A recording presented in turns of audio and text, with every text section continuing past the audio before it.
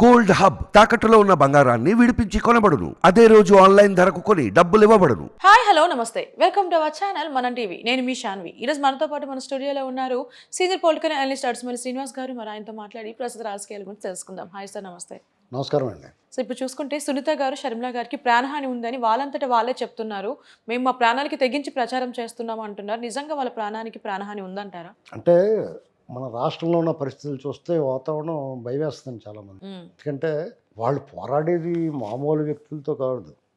మామూలుగా చూసుకుంటే కూడా వ్యక్తులుగా ఒక వ్యవస్థతో పోరాడుతున్నారు వాళ్ళు.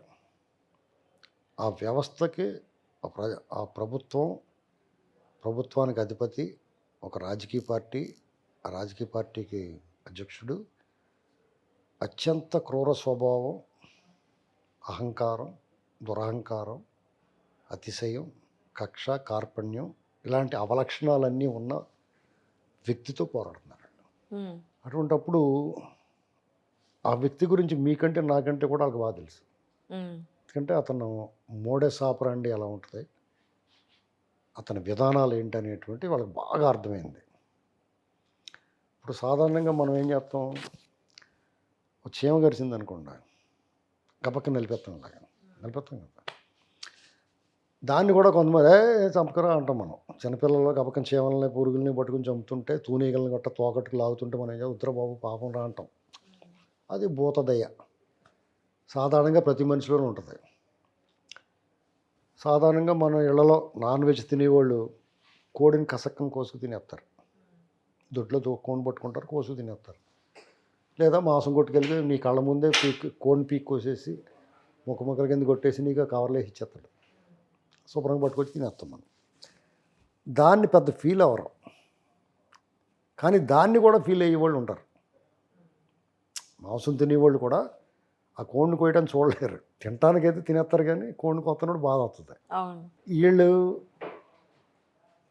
మనుషులు చంపితే ఈ కోళ్ళని కోసినప్పుడు బాధపడని వాళ్ళు కూడా మనుషులు గాయపడినా, యాక్సిడెంట్లో చనిపోయినా, ఏదైనా ఉపద్రవం విపత్తులు వచ్చినప్పుడు మనుషుల మరణాలు సంభవించినా వీళ్ళందరూ గిలగిల్లాడతారు. హృదయ విదారకంగా ఉంటే కొన్ని దృశ్యాలు చూడలేరు. అంటే మనిషికి కోడికి వ్యత్యాసాన్ని గమనించుకుని మనిషికి ఇబ్బంది కలిగితే ఒక రకంగా స్పందిస్తారు, ఒక కోడి చనిపోతే కోడిని కోస్తే ఒక రకంగా స్పందిస్తారు. కానీ ఇప్పుడున్న పాలకులు రెండు కోళ్ళే వాళ్ళకి. కోడిని చంపిన ఎలాగుంటారో ఈ మనుషులు పీక్కోసేసిన. ఎందుకంటే మనం చూసాం 5 ఏళ్ళ నుంచి. ఇవన్నీ చూసిన తర్వాత అంతకుముందు కూడా కొన్ని మన ఎవరికి తెలియని కొన్ని దృశ్యాలు వాళ్ళు చూసి ఉంటారు, కొన్ని సంఘటనలు వాళ్ళు విని ఉంటారు, కొన్ని సందర్భాల్లో వాళ్ళు గమనించి ఉంటారు. కాబట్టి వాళ్ళకి లోపల గుబులు ఉంటుంది. గత ఎన్నికల ముందు వాళ్ళ బాబాయ్ గారు మర్డర్ జరిగింది, ప్రపంచాన్ని అందరికీ తెలుసు.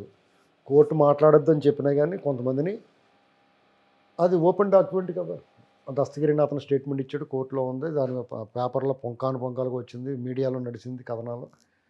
ఇవన్నీ ఆ సినిమా కూడా వచ్చేసింది, ఓ డాక్యుమెంటరీ వివేకం అని. కాబట్టి దాని గురించి అది చూసిన తర్వాత ఎవరికైనా ఎందుకు వచ్చిన కూడా బాబు వెళ్తాడు అనుకుంటాను. అదే కాకుండా అంత దగ్గరవాడు సొంత బాబాయ్ నిర్దాక్షిణ్యంగా కసిగా కొట్టి మరీ చంపారు. అలాగే రాష్ట్రంలో తోట చంద్రయ్య అయిన, నందం సుబ్బయ్య, డాక్టర్ సుధాకర్ బాబు, అనిల్, డ్రైవర్ సుబ్రహ్మణ్యం చంపేసి ఇంటి డెలివరీ ఇచ్చారు కదా, నాగమ్మ, ఇలాగ అనేక సంఘటనలు. ఓ చిన్న పిల్లోడు మసూదన్ రెడ్డి ఎవరు కుర్రోడు, వాళ్ళ అక్కనేదో అన్నారని అగో బీసీల కుర్రోడు, ఆ కుర్రను తగలెట్టేసారు. ఇలాంటివన్నీ చూసిన తర్వాత ఎందుకు వచ్చిన గొడవ వీళ్ళతోటి మనకి అని సహజంగా అనుకుంటారు కదా. వీళ్ళకు కూడా థ్రెట్ 2 రకాలుగా ఉంటుంది.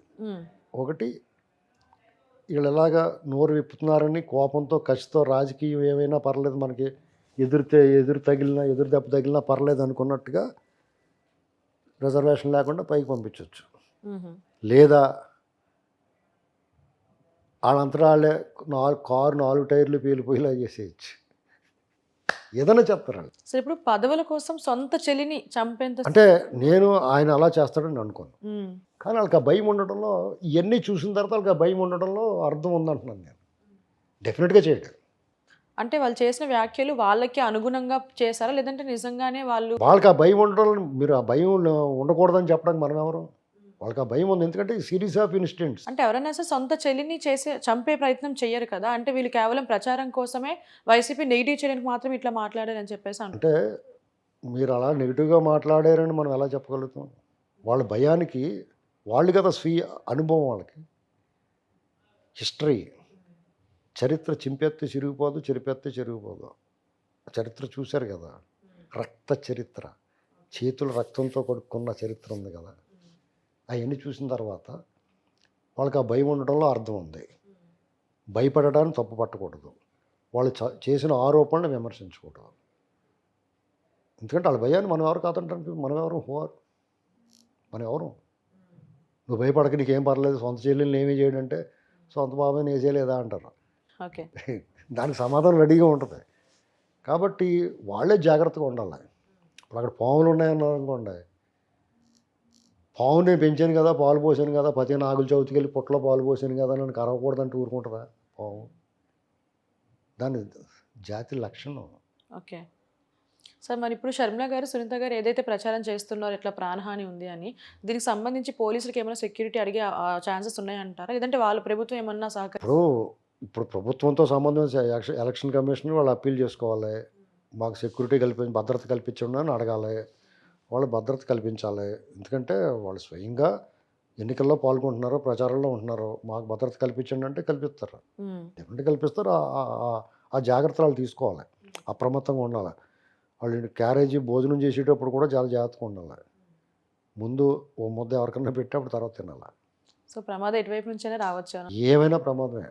ఇప్పుడు ఎలా ఉంటుందంటే అండి, ఇలాంటి ఒక పిచ్చోడు, ఏ వెరిగిన తింగిరోడు, ఒక ఎద్దులో అంటూ తాడి చెట్లు అటువంటి కుట్టి చంపేస్తాడు జైల్లో. ఒకడికేమో సడన్గా ఎలకలు గారి చచ్చిపోతాడు. ఒకడు కూడా ఉన్నవాడే ముఖ్య అనుచరుడే వెనకాల నుంచి కూర్చుని కారులో కూర్చుని కాల్చి చంపేస్తాడు. ఇలాంటివన్నీ చూసాం కదా మనం. అవునవును. ఇది కొన్ని సాక్ష్యాధారాలు మాయం చేయడానికి, కొన్ని గొంతులు నొక్కడానికి వాళ్ళ కథ ముగిస్తారు. 2 రోజులు ఏడ్చి ఊరుకుంటారు, తర్వాత మళ్ళీ మామూలే. అంచేత ఎవరికి వాళ్ళు జాగ్రత్తగా ఉండాలి. ఎందుకంటే నేను అందుకని చెప్పిన పాము ఉదాహరణ. అలాగే అక్కడ పాములు ఉన్నాయంటే మనమే జాగ్రత్తగా, చీకటైతే కర్రదీపిక అంటే టార్చ్ లైట్ పట్టుకుని జాగ్రత్తగా చూసుకుని, ఒక చేతిలో కర్ర పట్టుకుని చప్పుడు చేసుకుంటా అది దూరంగా పోయేలాగా జాగ్రత్త పడతాం. అంతే కదా, వీళ్ళు అంతే జాగ్రత్త పడాలి, భద్రత ఉండాలి. భద్రత అంటే ఇప్పుడు మన చేతితో కర్ర ఎలా పట్టుకెళ్ళో, బ్యాటరీ లైట్ ఎలా పట్టుకెళ్ళో, టార్చ్ లైట్ అలాగా వాళ్ళు కూడా భద్రత పెట్టుకుని అప్రమత్తంగా ఉండాలి. అంతేగాని అటు చంపేస్తున్నాడు బాబు అని అర్థం కూర్చోకూడదు. ఆ రాయిచ్చి కొట్టిందంటే స్టిక్కర్ వేసుకుని తిరుగుతున్నాడు చూసారు, సిగ్గు లేకుండా అలాగా ఉండకూడదు, జాగ్రత్తలు తీసుకోవాలి. అంతే. Yeah sir, thank you so much sir.